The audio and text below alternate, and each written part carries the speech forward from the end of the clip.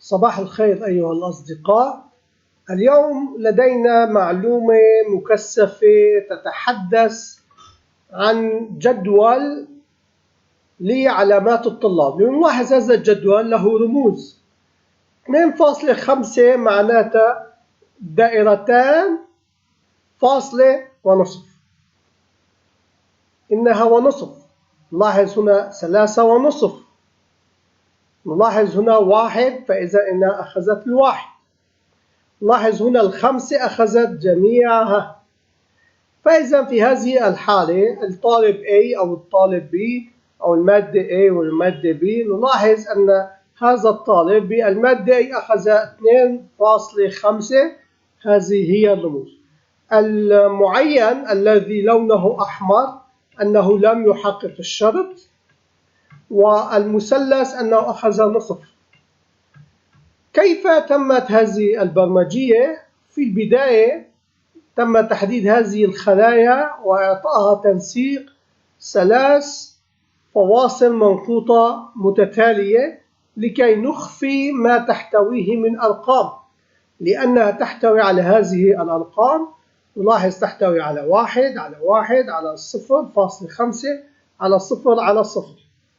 فإذا في هذه الحالة عندما ندخل إلى التنسيق الشرطي ونقول له لهذا التنسيق الشرطي إذا كان الرقم يساوي أكبر أو يساوي 1، وإذا كان أكبر أو يساوي 0.5، وإذا كان يساوي 0 فإذا إنه المعين الأحمر.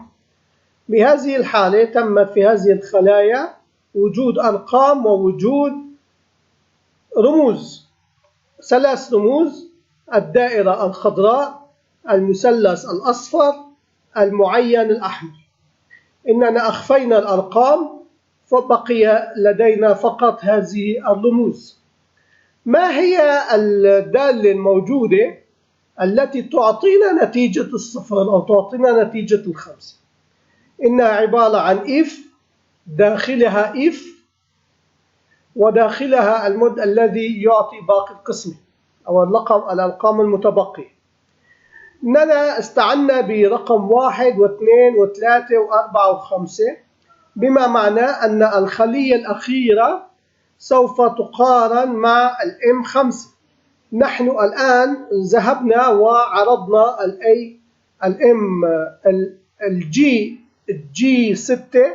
الG6 لديها هذه الدالة كلها، وهي تقوم بمقارنة المحتوى الموجود هنا، أي بما معناه الB6.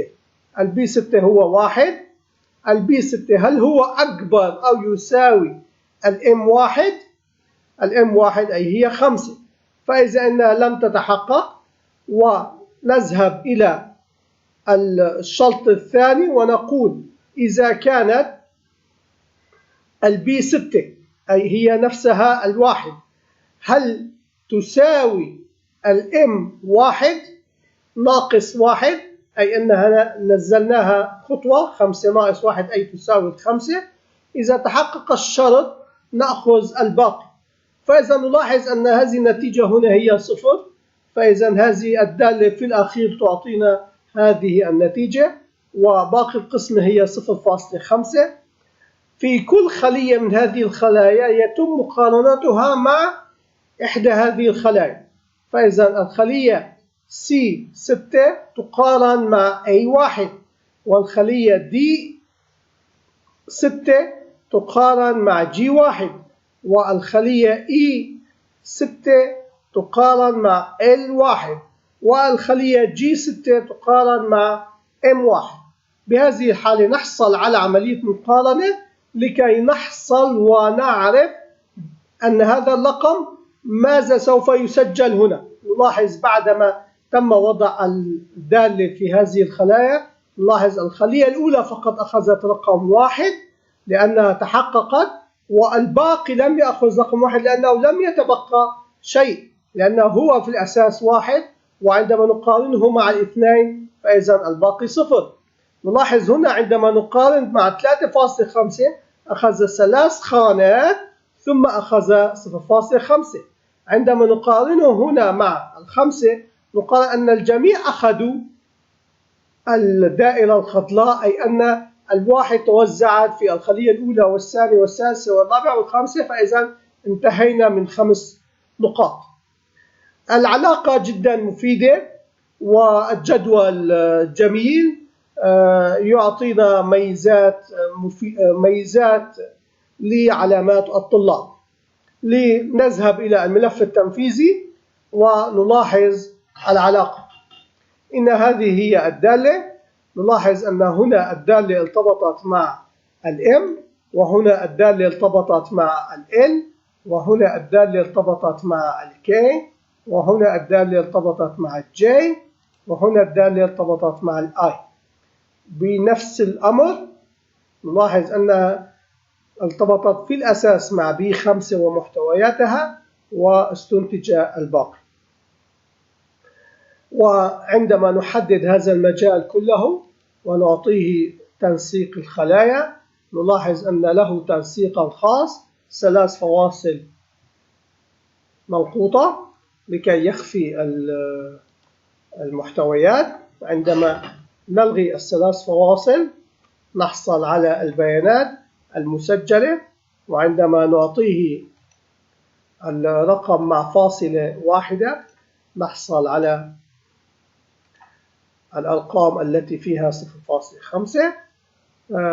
وهذه الدالة تستعيد لنا بالرموز. وكيف تم عرض الرموز؟ نلاحظ الرموز موجودة في التنسيق الشرطي. عندما نطلب تحريرها نلاحظ هذا هو الرمز عندما يكون 1، وعندما يكون 0.5، وعندما يكون أقل من 0.5 أي 0. شكرا لمتابعتكم. نلتقي غدا مع درس جديد ومفيد. أريد أن أذكركم بميزة الترجمة الموجودة في اليوتيوب لاختيار اللغات المطلوبة. إلى اللقاء غدا إن شاء الله.